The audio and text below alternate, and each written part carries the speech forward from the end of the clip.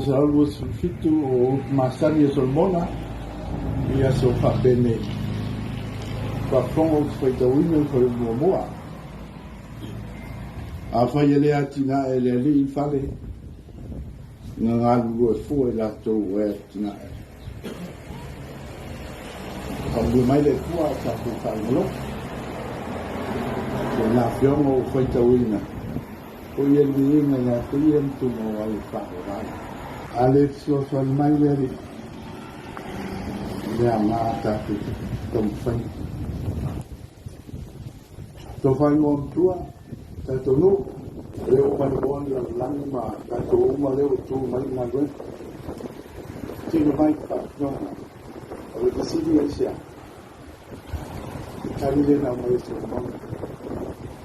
Yang sa auto atina batas mele sa auto tu fao batas mele ale utina malol fai ba o fiamma le fai pure malo tata wata lewa silo miolo tu malo lewa fat noina ni lo pu la ai Petai la ngona le fai le mea pe ana le au mai le lang al malo. Leo fi mai yo na sta. O mai le la o ma to mo fi. O no se ia tina ai tu malo te tas. Wa ngna yo sa mo wa. Ya, me ta to veri ngole tu ingeles. A po yo ni ngole tu malo. Ono me umo yo fatno so sami el malo na venga tatu umo tatu tu malo le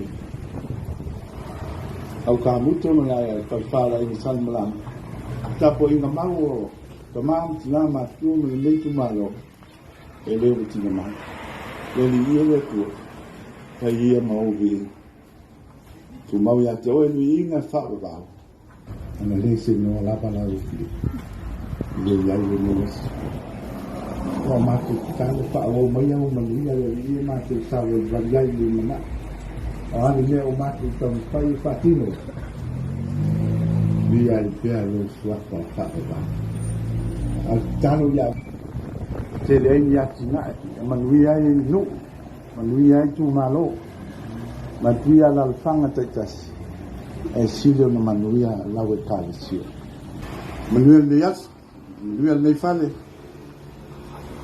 pa mai no pele tu o tatu fata wa o an ta eu a papai eu sumale papai tu sai poi male mau la male o poi famanatu e ma tem nai pa mo e yaso ana le pele tu o li ko na wa ngai yang ada tatu le yang tatu Itumalo ya samon posto angal le tua ol me tulau ke wala waktu malangang palwal ilau to faulu wa malukin sa no fa pe do ile maluna ko me bitska ya misili malu tatu tilo le sungai le tetayo saminga a fio sui malo il malo tutto tasso Samoa lo fiama ile in sta tupe le wa tawawe na nei ya le to sea o le fiama ile in sta tinam mata imang sto tai Samoa lo fiama ile te fono o le fono Faavae o lo fiama fo in sta fatoanga fai na faiva ma le tele o la awe se esi le malu wa fia in nei tu aso matano fie fai le tua ta ko te o fi fi ai o pa ia fa le tu no pa ia fa malo o telefon o le fio mai o sui malu o le malo tu to tasio Samoa o fa mata o fiina lea ma le fa tino ina o tiu te fai o fa pe o na lato o mai ai tala whaasolpito le ngata i lea. A o le tūlanga fo i o i whaatino rina o le nei poloketi māngaia. Lua se lau afe. Lea wa mamoli o nu taitasi. O le tinu o Samoa. Lau o whionga i le minista o whaatoanga. Whainga whaibom. Lau whionga la uli al Malietoa. O pa ia maulunga lea wale a whio aina sa Malietoa ma aina sa te kua. E suai le matua ia le asi. Ma le aina. E lo waa fitalai. E whio ai e suai le la uli al Malietoa. Ia e whape fo i ene whaasa sao. Ai te nane le pa ia o le usoli. Pola pui pui le lato lua. Sa le tolo mle li whano me malu le whal tolo. E te sa ai yo malai. O malai filomia. O lea o te tonu to sea le fionga e. Te mai tai palmia. Le fionga le sa whapito. O le ulua e sa on pa ia o la ina salvalasa. Upo le whaisalamo. Te mai wa ai ai ta vita e langi mana upo. O wai le langi mga ruenga o tam tama lima. O whai le lama le masina o whetu ma paneta ese o ai la tangata. O ai tangata o asi mai e mea tali o tangata. Tato tali tonu. I le Faavae o le marotu tu tasi o Samoa. O Faavae le tua le tama le tua le alo ma le tua le ngang pa ia. Tolu o le suafa e tasi o le tua. So i fua e whaavavau whaavavau. E mo moli atu whaamalo le nei lu. I le tatou whainga malo. Whaamalo lo tau pale mai. O lo keti mana neia ma le lelei. Pa wal wha moe tas. Talo sia. O lo whaonga aina lelei nei lua se lau wafe o fōa i mai. E muli muli ane tei miliona e fia a la foi taimi. On sai. O le on sai a e pe on le whai mai opu. On sai whapalpale o whaatalitali. E o fola e lau ta mū a le tō la alfanga. A opo sa sina ma whanga e. Fola le tua lau le langi lau ta mū. Se te tō mai ni ua. Ua o whamaduyama. Le e whea ngai nei ma sio tātou tunu. I le tūlai mai o le whamoe le tua. Whatutua le tua sa mū o tasi. Ele, misalo ele ato le se lua tausa. Po tai ato fo. Lona winga. O le lui tau lea mo le whainga malo. Le lui tau. Le on sai. On sai meti ngā. E wha pale ina. O tau. I le pale le mai. A wā le tātou taitonunga. I le atua soifua whaavau. O le nei aso. Le sanga inga singa ula. I lo loto lua. I ngā matua ale ma ulunga ulu a inga. Ngapa sa toenga le tūlua sa tu ni Fono. E whakafo i le wā ulu. Ia mal tūlanga i tō whaam Faleata. Le fo i ua mau atu. O le tātou te whailoa i ma tātou sile whai. O wā ia whaisata laua. I le whio le alo le tuitonga. Lua tō lua la waki moto kua. Whamalo ka whakai. So mai. Tutu mai o tō ao. O wā o le olo mau lunga le nei tō mua. Pei o tātou ia i la. Ia. Ui lea. Ui lea. Le ai, se mea tasi al tangata, se vanga nā le atua, o lana pule whaso i fua malona malosi. Ia lo whangia le atua nei aso la le whamata whauloina se leo. Male langi lau sunga i whawhenga i tau langi. Niao le alea mani mea tōji savili, ia lua fionga i minsa. Lo lua tō lua, ale maulu ainga, la oane ngau e tō o pe solo le fue. No malo lau walau lia, ia papi soina i o tau tatou uma. I suafa manu malo tatou litro i tū. Nei, Maota e ao, ma o le whaavavau lawa, so i fua mai manuia. Tula iai ma le awa ma le whaalo ala tele. E whai masui o le malo. A wā le fio wala te maita i pāle mia o Samoa. A fifio a fio ngai minista ka peneta ma le whai ngā malo. E wha leo le nganga whaafitai. a wale nei aso taua. O le moli mauina o le tatala ina o le ofisa o le Itumalo Faleata numero 5. O upo le tusi o le whaamoemoe o taunu o le la au lea o le soifua.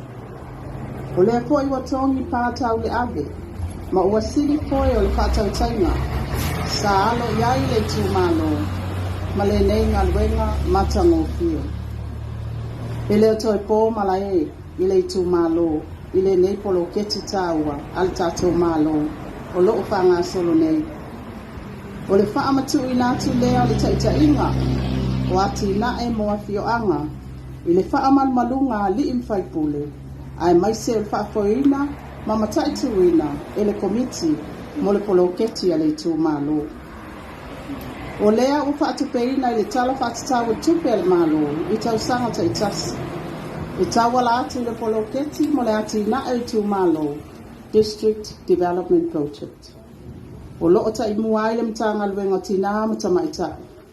Ati nae o fio anga maanga sotai. O le wha moe ia wha alelei ati viai ati nae. I tutono Itumalo taitasi. Ina ia sitia le tūlanga tau tamau ainga. Ma ia ngawhata limaina le soifua manuia. Ma leola le lei tutono le Itumalo nuu e kalesia ma ainga taitasi. O le tasi o vaenga tāua le nei ati nae. O le fausia ina lea o le ofisa o le Itumalo. E tapu vai tasi ai le mamalo o le Itumalo mo ala ato fontanga. Ma soala upule ai mata apu tāua ma ati nae a le Itumalo. O le anga lue i fo i le au whainga luenga filfilia e to'atolu. Ma le komiti o le Fono Faavae a le Itumalo a wale whaafoefoeina o le nei ati na e tāua e manuia o mai le Itumalo o Faleata numero 5. O le awa tātou mo le mauina le mātango o fio le nei ngā luenga ua tatala ina i le aso. Mo moli atu ai le anganga whaatai tele i le mamalo le Itumalo i lo o tau le whaalongolongo tinga. Le sautia ma le laina ai maise le ngā lulu e whaatas. Ua tino mai ai le nei ngā luenga mātango o fio. Le whaatai e fo i le fionga i le whaipule po le tamaa le Itumalo. E sa ili malo malonga lue so tau au ma le mamalo le Itumalo. Ua ato ai tino wa atau sili le nei aso. Le whaangaloina le whaatai le au whainga luenga tatoki a le atua. O loo whaafale le malu i le nei Itumalo. I la o tau langa tatalo i aso uma. Sa talo sia ai le nei ngā luenga o whaatau nuina malmanuia.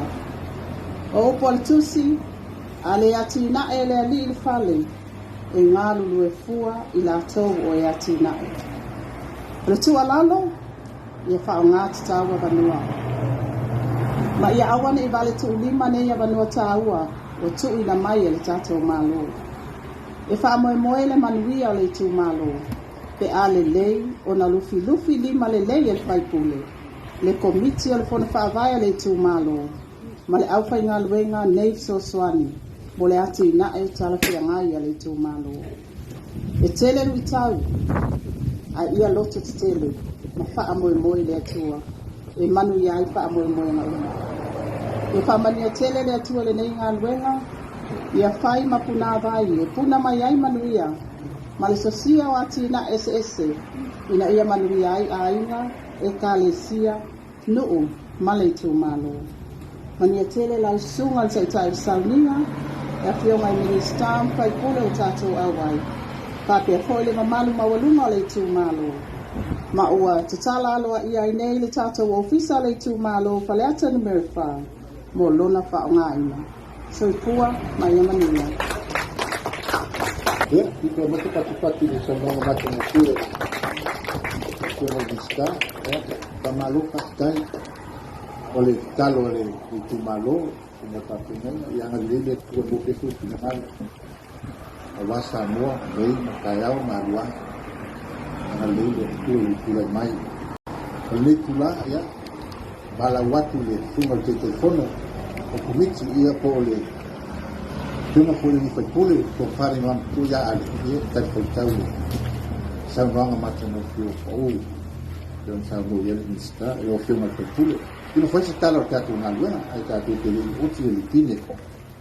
Ana ganga whalwalo, tai. Mautu langi il tatu whasangi il tatu te pau langi.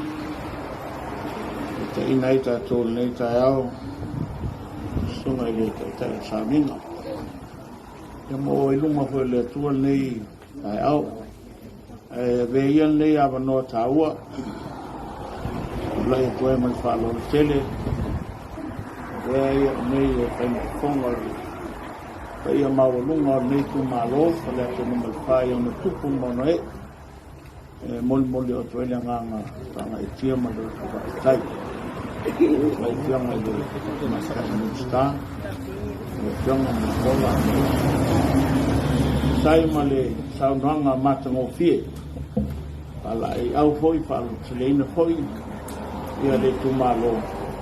Ia mese foi o le so tau au mai male malo male Itumalo. Ia whai o na whatinoina nei alwenga. Mo le atu whakele. Tai foi tato whenga malo. Sai foi male nei foi fuafuanga aluaru mamau.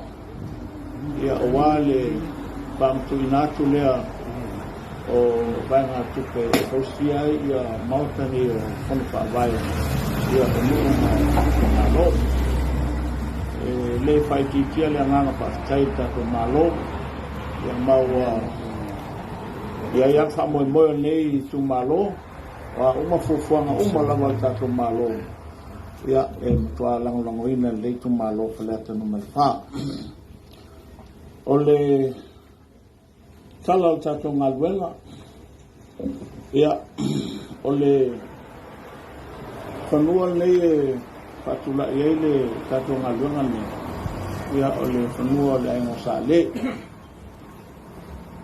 o whai mamtua ia ale le kei o komiti ia maafnei o uma voina e lumo le aingo sa le ma watu ina tuko e lumo numa le Itumalo na ia whamatu ina mai le ele le ia mo no whaangaina e whausia ai le Maota al Fono Faavae tato Itumalo Faleata numai wha na tuaina matan ngā luenga o na aiaina i whakitau tula i mai i le panua nei i ei koe nisi no lato taumpai i taofi le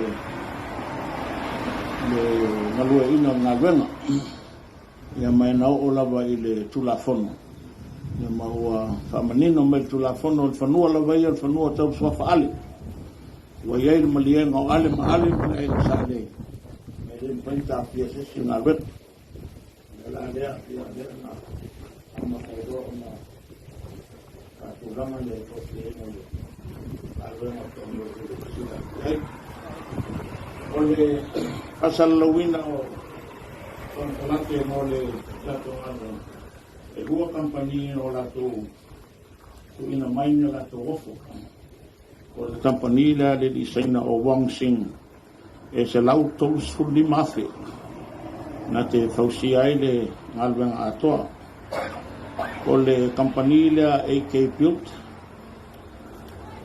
o le lato ofo e se lau lua suli mafe ia maolena talia ina ia komiti le kampani le AKPO ia ma o kampani le wa alo tama whanau po e tato Itumalo le na malatu ele komiti whafoi ki le se mela ave foi kampangia senga me o mai pau me le ia ngava po ia ia pon kala te fau fale tato Itumalo le na ua tino mai ngā luenga. Ia maul tupe atoa lawa nālu le kausieno ngā luenga le. Se lau dosu lima atu kāla, patasi umai na materials, ia ma toni o le au kamuta. Ua whātou tongaina po ia le tato Maota nei, o le Fono Faavae, po iai uma ia kesi ma computer, masini ma mea umalawa e o no interneti ua whaatulangaina e tautue nai le Itumalo ia wale Fono Faavae. Ma olo iai foi wha moe moe. E mwhai e foi ona moa ni so ta inga. Whaanga iai le official nei. E tautu i nai le tatou Itumalo. A meise ia i latou olo o a fio malala i atunu i mamao. Olo o iai foi wha moe moe o au nei. E tu inatu luma komiti na na urua i whanatanga mua mua la luma nei. Ina ia iai se komiti whaufautua whapitoa. And then rice report e au fiai ni suia i Itumalo o lo a fio malala i atunu i whako. New Zealand ma Australia ma pe Amerika ma tuila. Ina ia mwhai ona ngā lue whaatasi ma le komiti whaafoe. Ma o mea ni whautuanga whaatasi e foi ma le pule ngāli ma whai pule o fi anga tautua mua whapena foi le fi anga seina. Mo le ngā lue whaatasi. Ina ia whaasoasoa ni ma le lei. E foi on saunoa le fi anga i te maitai Minster. Ia walawa le tautuaina le Itumalo. I le tele o nā tīnai. Mai e leo se mea whaingofie le tūlanga i le komiti. A mese o au nei. I le silsila mamau atu lea i tīnai. O le whaongaina o tupe. Mo le silfia le tatu Itumalo. O le se lengi leo au mai i le lusa lau awhene. E whapitoa lava mo le pausia o le nofoanga leo Fono Faavae. Lona whatotonga ina. Ea whapena foi ia tongi lau whangaluenga. Ma aloni o komiti. Ia lea lau ni tua whaongata tau lava le seleni nei.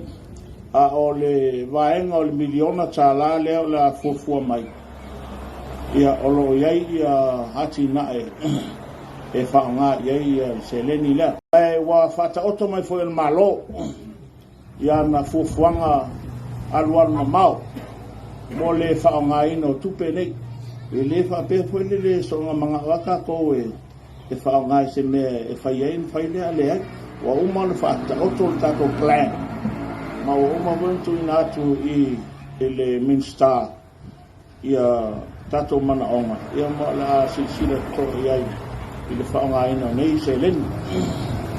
O le whatotonga ina o tato ofisa i masini computer o internet o kesi uma o nufoa me uma lava ma masini o lo whaonga ina e le ofisa ia ma le whaipule ma le komiti ia e pas kumbua afe ma e sa iei foi le discount sa maua mai le ofisa le SAP ia awa foi le whatawina mai o whatotonga ina o tato ofisa. Ia, veia nei ama noa veia uma suia nei nuu i Itumalo Faleata numero 4 e whape foi le komiti whafoe moni e toile nganga whatatai lau fionga i le maitai Minster lau avea nei ma sui foi o le li Minster le fionga i le o talaki tu sai foi o Tatala alo ia o le tato whamoimoe nei aso.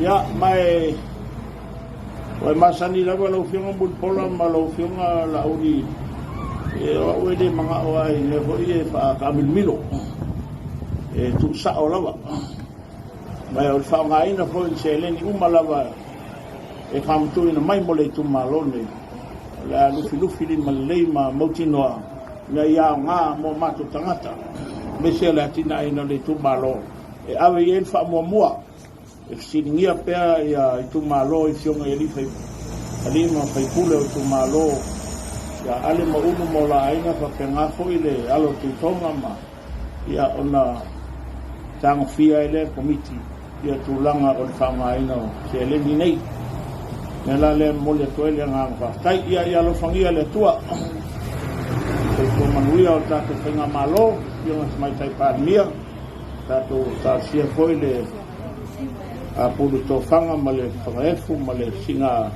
asingase foi e tātou te maitai pārmia ia rofangia le tualo se fua tulu ia foi foi mai manuia ia walta te inga tātou malo ia se fua manuia lau fionga maitai Minster tupe lau fionga la ule malitoa ia malo lava tawata sai fa lau fionga ni sta patuanga ia ufisia ko ye ka ko pakasi ma fionga ya fa pule atu ia pe si fionga tato tu malo ia pe o ma o mo ule wa ke ni fa ke ni ma ko fa pule ho le pe wa le wa o il mango le wa tu ina tu ne lumo famsno ia polan to no ma o pe ma ko fo mai fe ma fanga palo ia ko la malo ma fina o esele o la fongo fa valea le fa ngel malo le fa ngi ia ma o ma ke independent ia ngale tu lo sunga le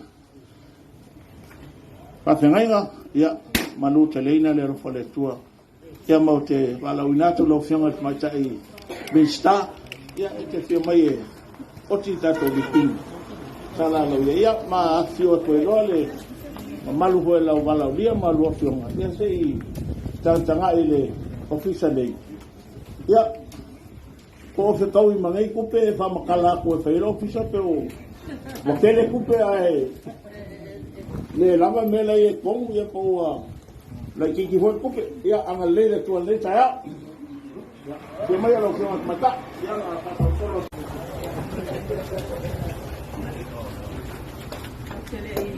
cocina medio viene le buscamos el moe ya le vamos a mandar le de tu le mai sa wato ni se la wato vai na mo mo le ala a tina de nei no na winga ya le la tato se le si vai al tato miliona ole kamaundinga ia ole le yo tanga ina le go se la wa e di mo tato sus ya salo ati tato tu malo ma se ko le pion al fai pule ya o tato li foti o se tus o na kamaundinga le yo tanga ina ale la be ma wa ma le pion al minister fa to ana mate mai ta vina ma se fina ta wa ko denga denga kamania le tua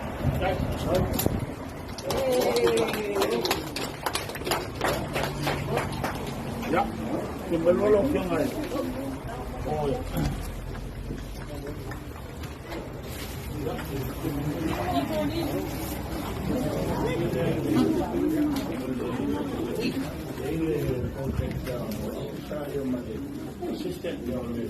official ho el culera el CEO Umaria ya internet y computer me malaba ya mole ngai na ko yele tato Itumalo ya fa foto yo ya e foi nisi kama mwenga mo lo tele la vol fanua tu atu yo ya tono ya nga nisi foi fufanga lo maule Itumalo ya pa papel la Elena pe un sanolo que no es toma time está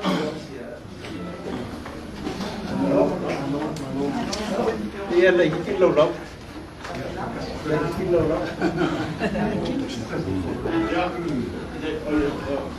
esa el equipo lo con México lo pa pulang sempre uma fome mai wa elenga Paulo committee over call was for committee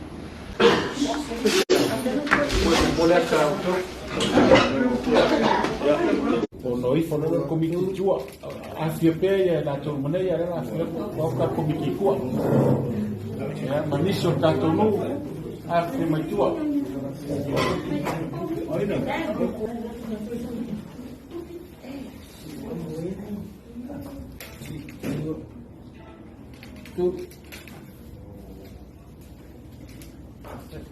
Hello.